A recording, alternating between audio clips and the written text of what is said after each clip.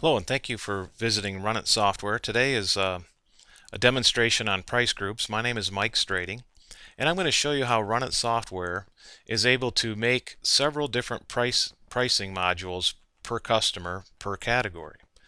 So for instance, in our quote generation or a bid generation, there's always a price group involved, and a price group is a method in how you'll mark up your product and or labor. So for instance, this particular job right here is at a price group 5. Well, if we change a price group to any type of job, let me get into a job over here, and let's get it into edit record. Now right now he's at a price group 3 for this kid's bedroom, which is going to be a piece of some wood shelving that we did in a demo earlier. So if I change this price group from a 3 to a 5, you notice it says it's going to update all the pricing and change this from 236.13, and the price is going to go up because we went from a 3 to a 5. Now, see, here we go to 269.07. Now I choose to say that 1 is cheapest and 9 is the most expensive, but you can actually change your price groups to do any which way you'd like. So maybe number 1 is your highest price and 9 is your best deal. So let me just show you how it works.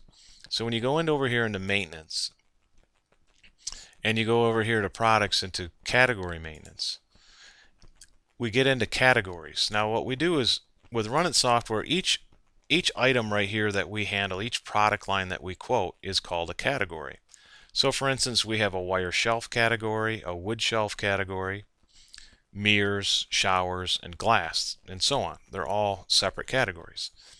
So in here, we have all the categories listed, and you can kind of see here mirrors, glass, and I'm paging through them all. Or I can just hit search right here and see them all listed right here. So for instance, if we go into bath hardware and click OK, so now we're in the bath hardware group pricing. I've got group 1, 3, 5, 7, and 9. Now I choose to just use 1, 3, 5, 7, and 9. There's still, let's go ahead and edit this out.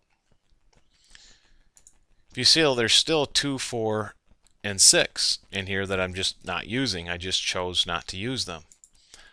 You could just choose to use one price group, or 2, or 3. You could manipulate the cost multiplier. This would be the cost multiplier for your markup on just your materials. It could be right here.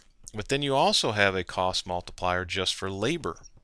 So you could choose to mark up your labor. So for instance, if you buy an item for $1 and you want to mark it up to $2, you would do a multiplier of 0.5. And let's say you charge $1 in labor to install that item, you would put your multiplier up to 0.5. And what it actually does is you're dividing 0.5, not multiplying. So, and the multiplier here is probably maybe the wrong word, but you're actually going to take your dollar and divide it by 0.5. Or you're going to take your material at $1 and divide it by 0.5 here. And that'll automatically give you your markup per category. But you choose to just simply highlight any one of these, and you can go from 39 to 30. And then you just hit save. Okay? And so now you're 30. So if I want to revise it again, I highlight group 9. I go to edit mode, and I can turn it back to 39. And I can hit save. The categories currently are hard programmed into our software.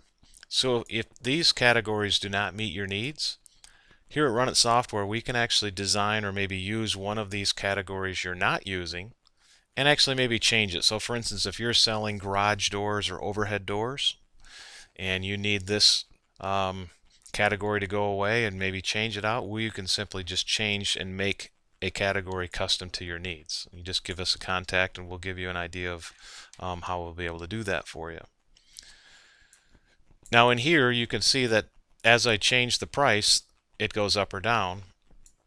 So it's real simple to go in here and manipulate all of the pricing based on labor and or products. So that concludes our demonstration for price group categories. If you have any other questions, you can contact me, Mike Strading, at 616-772-4255.